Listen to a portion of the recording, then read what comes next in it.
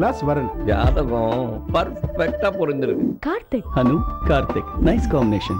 அப்புறம் என்ன முடிச்சிட வேண்டியதுதான். இதேதான் நாங்களும் சொல்றோம். லட்சக்கணக்கான இல்லங்களை உருவாக்கும் இனிய பணியில் கல்யாண மாலை மாதம் 2 முறை இதழ் kmmatrimony.net வெப்தளம். திருமண திருவிழா கல்யாணம்னா கல்யாண மாலை தான்.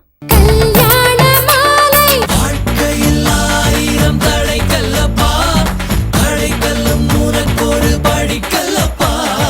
வெற்றி கொடி கட்டு, மலைகளை முட்டும் வரை முட்டு, லட்சியம் எட்டும் வரை எட்டு, படையெடு படையப்பா. US டாலஸில் நடைபெற்ற கல்யாண மாலை நிகழ்ச்சியில் வெற்றியின் பாஸ்வேர்ட் தகுதியே திரு சிவகுமாரின் பேச்சு சென்ற வார தொடர்ச்சி. நீங்க தொழில் பக்கம் வாங்க. ப்ரொஃபஷனல் லைஃப்ல எப்படி சார் சக்சஸ்ஃபுல்லா வருது? தகுதி இருந்தால் போதும். என்ன தகுதி இருந்தால் போதும்? அந்த 3 எழுத்துலயே தமிழன் ரகசியத்தை வச்சான். தொழில நீ வெற்றிகரமா வரதுக்கு என்ன தெரியுமா வேணும்? த என்பது தன்னம்பிக்கை, கு என்பது குறிக்கோள் தெளிவு, தி என்பது திறமை. நான் வெல்வேன் என்கிற தன்னம்பிக்கையோடு உன் குறிக்கோளை நோக்கி தேவையான திறமைகளோடு செல்லுகிறவன் தொழிலில் வெற்றி அடைகிறான். தகுதி இருந்தால் வெல்கிறான். ஒரு கேள்வி உங்களுக்கு தோணும், வெற்றி தகுதி இருந்தால் தான் வருமா? தகுதி இல்லாதவங்களுக்கெல்லாம் கூட வருது. உண்மைதான், தகுதி இல்லாதவங்களுக்கு சில சமயம் வெற்றி வரும். ஆனால் மறந்து விடக்கூடாது பெருமக்களே, தகுதி இல்லாதவர்களுக்கு வெற்றி வரலாம். தகுதி இருக்கிறவன் தான் அந்த வெற்றியை தக்க வைத்துக் கொள்ள முடியும். இங்கிருந்து குடியரசுத் தலைவராக பில் கிளின்டன் அவர்கள் இருந்தபொழுது இந்தியாவுக்கு வந்தார். இந்தியாவுக்கு வந்தப்போ அந்த பிரஸ் மீட் முடிஞ்ச உடனே அந்த ரிப்போர்ட்டர்ஸ் எல்லாம் அவரோட போட்டோ எடுத்துக்கணும்னு ரொம்ப ஆசைப்படுறாங்க. அப்போ ஒரு ரிப்போர்ட்டர் கேட்டார், நாங்கள்லாம் உங்களோட ஃபோட்டோ எடுத்துக்கணும்னு ஆசைப்படுறோம், நீங்கள் இந்தியாவில் யார் கூடயாவது ஃபோட்டோ எடுத்துக்கணும்னு ஆசைப்படுறீங்களா? இந்தியாவில் அப்படி நீங்கள் விரும்புகிறவர் யாருன்னு அவர் சொன்னார். வேறு யாரும் இல்லை, இந்திய இளைஞர்களின் ஒட்டுமொத்த மனதையும் தூக்கி நிறுத்துகிற வல்லமை படைத்த ஏபிஜே அப்துல் கலாம் அவர்களோடு புகைப்படம் எடுத்துக்கொள்ள வேண்டும் விரும்புகிறேன். அந்த கலாம் ஐயா தான் ஒரு பள்ளிக்கூடத்தில் பேசுகிறப்ப சொன்னார், அவருக்கு இந்த அலாவுதீன் அற்புத விளக்கு இல்லை, அது தேய்ச்சா ஒரு பூதம் ஒன்று அங்கேருந்து வருமே, அது அவர் கட்சி தான். அந்த பூதம் அங்கேருந்து வந்துருச்சு. அதுக்கு நீங்கள் தொடர்ந்து வேலை கொடுத்துக்கிட்டே இருக்கணும், கடுமையான வேலை கொடுக்கணும். கலாமையா சொல்கிறாங்க.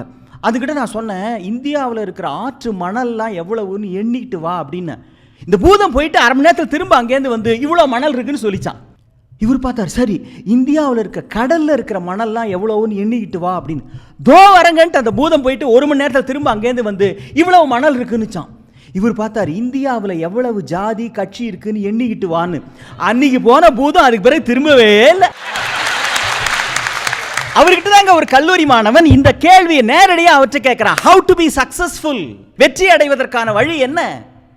அவர் சொன்னார், வெற்றி வேண்டுமா, வெற்றியை துரத்தாதே. If you want to be successful, don't chase success. வேற என்ன பண்றது? Chase excellence, success will automatically follow யூனர். வெற்றி வேண்டும் என்றால் அதை பெறுவதற்கான தகுதியில் உச்சத்தை தொட்டால் தானே ஆக்கம் அதர்வீனாய் செல்லும், தானே தேடி வரும். சார், மதுரை தமிழ் சங்கத்தில் ஒரு கவிதை போட்டி நடத்தினாங்க. நிறைய பேர் கலந்துக்கிட்டாங்க. அதில் நம்முடைய நாட்டை சேர்ந்த தமிழ்நாட்டை சேர்ந்த ஒரு கவிஞனும் கலந்து கொண்டான்.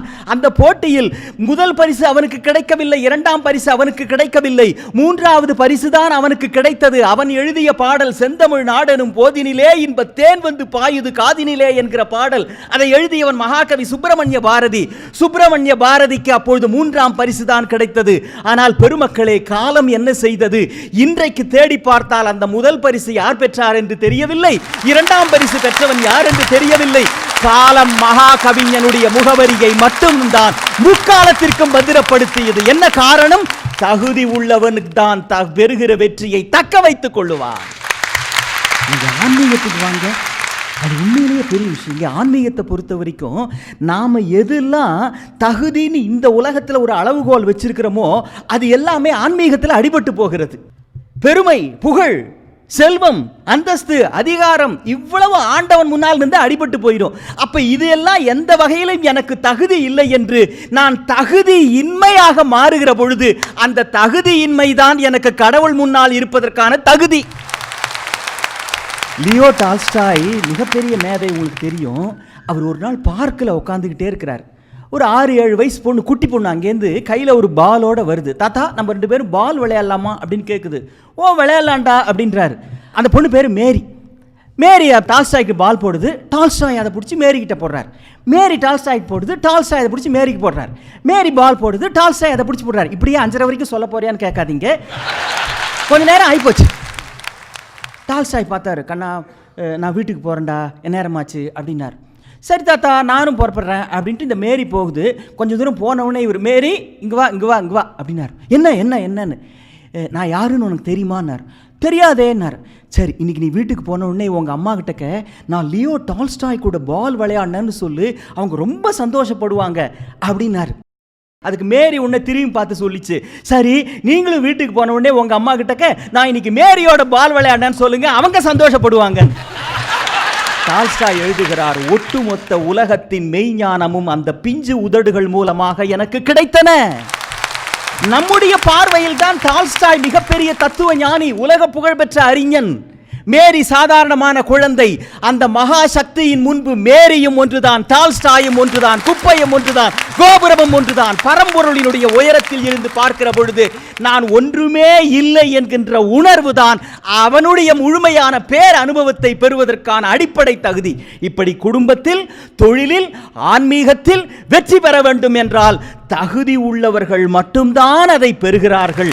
இந்த சிந்தனையை இந்த அமெரிக்காவில் இந்த மாதம் வந்து உங்களோடு பகிர்ந்து கொள்வதில் உண்மையிலேயே எனக்கு பெருமிதமாக இருக்கிறது. காரணம், அமெரிக்க நாடு வழங்குகிற உயரிய விருதுகளில் ஒன்றாகிய புலிட்சர் அவார்டு என்பதை பழனி குமணன் என்கிற ஒரு பச்சை தமிழன் வென்றிருக்கிற இந்த நேரத்தில் வெற்றி பற்றி பேசுவதில் எனக்கும் மகிழ்ச்சி. நன்றி, வணக்கம்.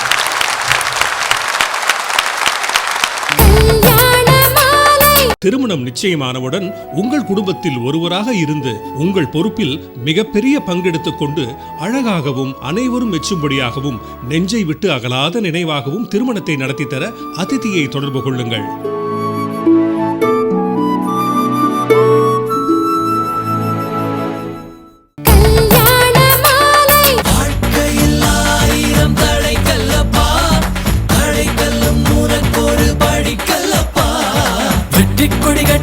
மலைகளை முட்டும் வரை முட்டு, லட்சியம் எட்டும் வரை எட்டு, படையெடு படையப்பா.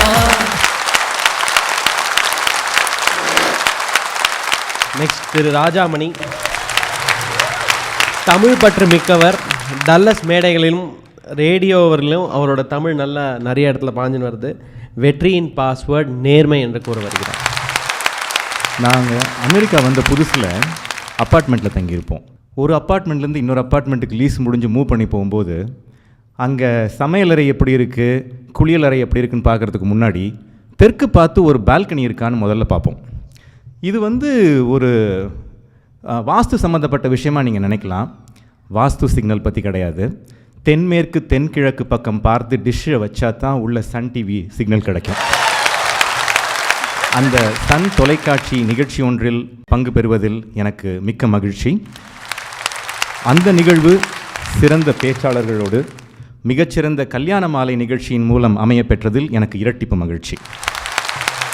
இன்னைக்கு பேச்சரங்கத்திற்கு வைத்திருக்கிற தலைப்பு வெற்றியின் பாஸ்வேர்ட் புதுமையா, உழைப்பா, தகுதியா, ஆரோக்கியமா, அதிர்ஷ்டமா, நேர்மையா என்பது.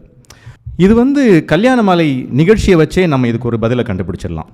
வீடு வீடாக போய் வரன் பார்த்துக்கிட்டு இருந்த சமயத்தில் 2 நிமிஷத்தில் டிவியில் காட்டி 2 கோடி மக்களை பார்க்க வச்சு ஒரு புதுமை படைச்சாங்க. அந்த புதுமை படைச்சதுனால என்னென்னா, இந்த சொஜ்ஜி பஜ்ஜிக்கான டிமாண்ட் கொஞ்சம் குறைஞ்சி போனது உண்மைதான்.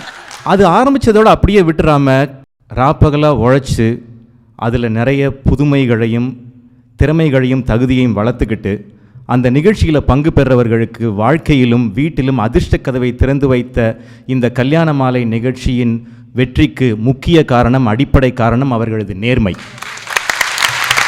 இன்னைக்கு மோகன் சார் இங்கே பேசும்போதே உங்களுக்கு அதுக்கான ஆன்சர் கண்டிப்பாக கிடைச்சிருக்கும். அந்த நேர்மை காரணமாக மக்கள் இந்த நிகழ்ச்சியின் மீது வைத்திருக்கும் நம்பிக்கை, அதுதான் வெற்றியின் முக்கிய பாஸ்வேர்ட். இப்போது நேர்மை என்பது எது என்று பார்ப்பதற்கு முன்னாடி வெற்றி என்பது எது என்று பார்ப்போம். உத்தியோகத்தில் உயர் பதவி, விசாலமான வீடுகள் சில, விலை உயர்ந்த வண்டிகள் பல, பெரிய வங்கிகளில் பெரும் தொகை இருப்பு, இவை எல்லாமே இன்னைக்கு பலதரப்பு மக்களால் இதுதான் வெற்றியின் அறிகுறிகளாக பார்க்கப்படுகிறது. இந்த மாதிரி ஒரு வார்த்தையை தவறாக புரிஞ்சுக்கும் போது வாழ்க்கையும் தவறாகி விடும். ஒரு உதாரணத்தோடு சொல்லணும்னா, ஒரு வீட்டில் ஒரு அம்மா தோசை சுட்டுக்கிட்டு இருந்தாங்க. பொண்ணு பக்கத்தில் அந்த மேடையில் உட்காந்து தோசை சாப்பிட்டுக்கிட்டு இருந்தா. அந்த பொண்ணு வந்து சாப்பிட்டுக்கிட்டே அவங்க அம்மாட்ட கேட்டால், என்னம்மா உங்களுக்கு இப்போ ஒரு 4-5 வெள்ளை முடி இருக்குது தலையில் அப்படின்னு. உடனே அம்மா சொன்னாங்க, ஒன்றும் இல்லடா செல்லம், நீ ஒவ்வொரு தடவையும் ஒரு தப்பு பண்ணும்போது அம்மா கஷ்டப்படுவேன், அதில் எனக்கு ஒரு வெள்ளை முடி வந்துடும்னு. பொண்ணு சாப்பிட்டுக்கிட்டே சொன்னா, பாவம் பாட்டிக்கு எவ்வளோ வெள்ளை முடி இருக்குது. இன்றைக்கி நாம் என்ன பண்ணுறோன்னா, நம்மளுடைய அடுத்த தலைமுறையினருக்கு நாம் அவங்களுடைய இலக்கை செட் பண்ணி கொடுத்துட்றோம். ஒரு டாக்டர், ஒரு என்ஜினியர், ஒரு சயின்டிஸ்ட், ஒரு ஹார்வர்டில் ஒரு லா. நிறைய பேர் வந்து இந்த காலகட்டத்தில் அப்படி இல்லைன்னு வாதாடலாம், ஆனால் இன்றைக்கும் அதுதான் உண்மை. நாம் என்ன பண்ணுறோன்னா, இந்த குழந்தைகளுடைய ஆசைகளை ஒரு மூலையில் போட்டுவிட்டு, நமது ஆசைகளை முளைக்கு முன்னரே அவனது மூளையில் போட்டுவிட்டு, அவன் பயணிப்பதற்காக ஒரு சாலையையும் போட்டு கொடுத்துவிட்டு, இந்த சாலையில் பயணித்து நீ அந்த இலக்கை அடைவதுதான் வெற்றி என்று அவனுக்கு ஒரு மாயையை உருவாக்கி விடுகிறோம். அவன் அந்த மாயையை வச்சுக்கிட்டு அந்த சாலையில் அவன் டிராவல் பண்ணும்போது அதில் நடக்கிற சுவாரஸ்யங்களையும் சந்தோஷங்களையும் மொத்தமாக இழந்துடுறான். அந்த இடத்த அடைஞ்சாதான் வெற்றி அப்படின்னு நினச்சிட்டு இருக்கான். இப்போ சமீப கால ஆராய்ச்சிப்படி பார்த்தா 30% நோய் தான் உடல் சார்ந்த நோய்கள், 70% நோய் மனம் சார்ந்த நோய்கள். அழகான அமைதியான வாழ்க்கையை தவறாக புரிந்து கொண்டு சந்தோஷ காற்றை தடுக்கும் சுவராக நாமே மாறிவிடுகிறோம் என்பதுதான் உண்மை. ஒரு உண்மை சம்பவத்தை உங்களுக்கு சொல்கிறேன். கனடாவில் நடந்த ஒரு உண்மை சம்பவம். அங்கே வந்து ஒரு ஓட்டப்பந்தய வீரர் இருக்கார்.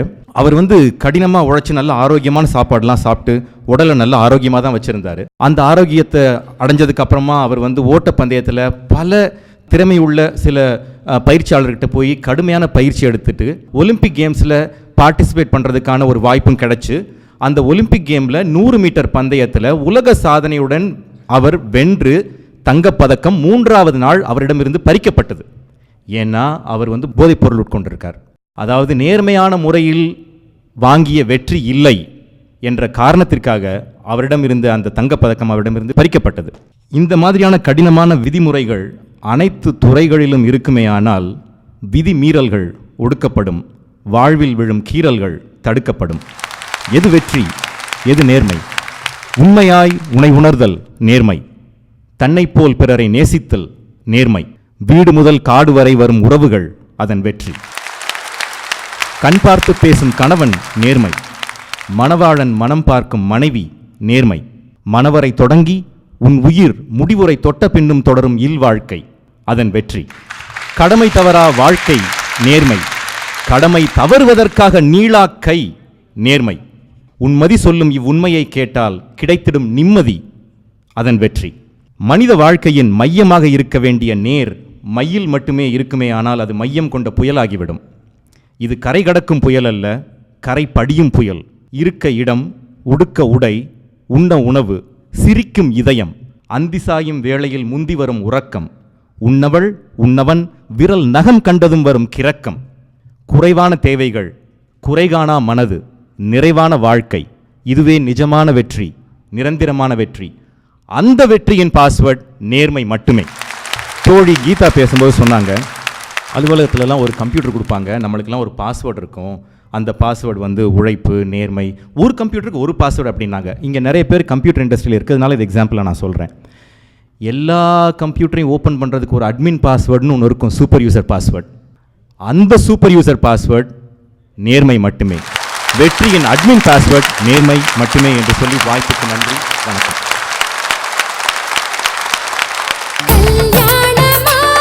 ஃபர்ஸ்ட் கிளாஸ் வரன் ஜாதகம் பர்ஃபெக்ட்டா பொருந்திருக்கு. கார்த்திக் அனு கார்த்திக், நைஸ் காம்பினேஷன். அப்புறம் என்ன, முடிச்சிட வேண்டியதுதான். இதேதான் நாங்களும் சொல்றோம். லட்சக்கணக்கான இல்லங்களை உருவாக்கும் இனிய பணியில் கல்யாண மாலை மாதம் 2 முறை இதழ் KMmatrimony.net வெப்தளம். திருமண திருவிழா, கல்யாணம்னா கல்யாண மாலை தான்.